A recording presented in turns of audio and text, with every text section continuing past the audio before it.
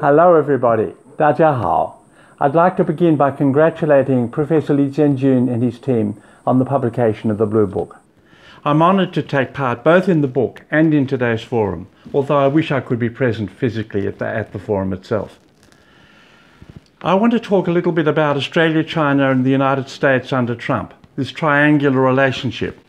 First of all, I like to point out that American attitudes are now very unpredictable. We can't really say what's going to happen. The overall signs from Trump concerning China are so far very mixed, but they're largely negative. I have to say, though, that there are a few positive ones. In a news conference he did with Theresa May, the British Prime Minister, on the 28th of January 2017, he said he wanted a great relationship with Russia and China. He included them both. However, there have been some negative signals, especially in terms of the economic relationship. He's accused China of all kinds of terrible things in its economic relationship and attitude towards the United States. Trump's attitude towards Australia has also been mixed, but I think it's been a bit more positive than what he said about China. For example, he said in an Australia Day message on the 26th of January 2017, "The United States has no better friend than Australia, and our long-standing alliance is a force for stability and prosperity in the Asia-Pacific region and around the globe." On the other hand, he was very brusque towards Turnbull during a famous telephone conversation that got headlines around the world, and a lot of people, including in the United States itself, were very critical of the way that he had responded towards Turnbull. Now, the main point of my talk is that I think that China has become much more positive about globalization than than the United States under Trump. And I think that is going to have a long-term implication, which is going to shift the balance of power from the United States and towards China. Trump seems to be very hostile towards globalization and the way China has impacted on the United States. He's used very petulant and I think quite irresponsible language in the way that he's talked about that. On the other hand, President Xi Jinping's speech at the World Economic Forum at Davos in Switzerland a few days before Trump's inauguration was very, very positive about globalization. He made a strong defense of globalization, and here I quote, "Just blaming economic globalization for the world's problems is inconsistent with reality, and it will not help solve the problems." That's what President Xi said. In other words, he's taking a very strong and positive attitude towards globalization. Now that is in line with what Australia, especially under Malcolm Turnbull, has been saying.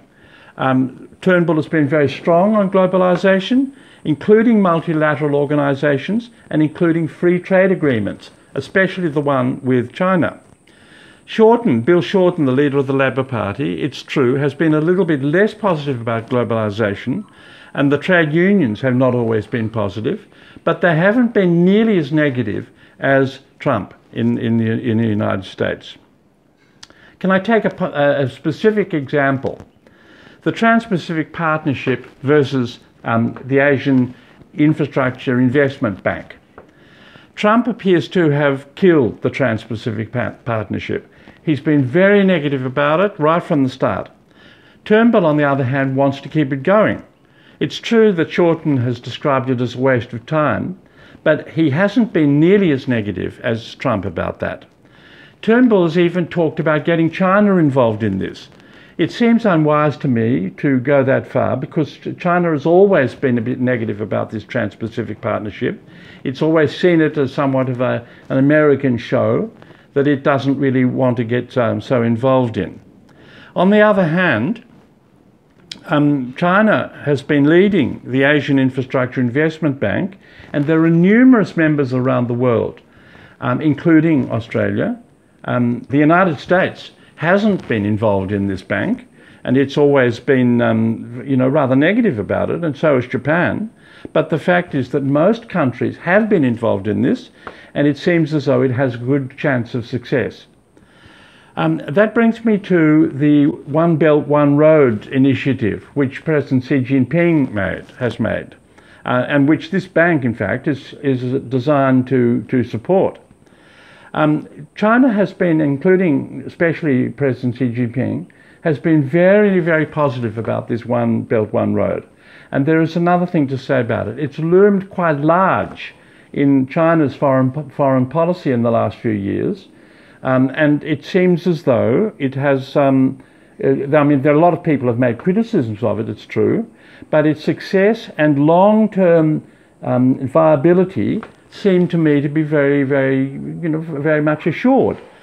And the long-term success for that would have profound implications for the global economy across the great Eurasian continent, even including Africa and Australia. And I think that there hasn't been enough attention given to this initiative in the Western media and especially in the Australian media. So now I come to my conclusion.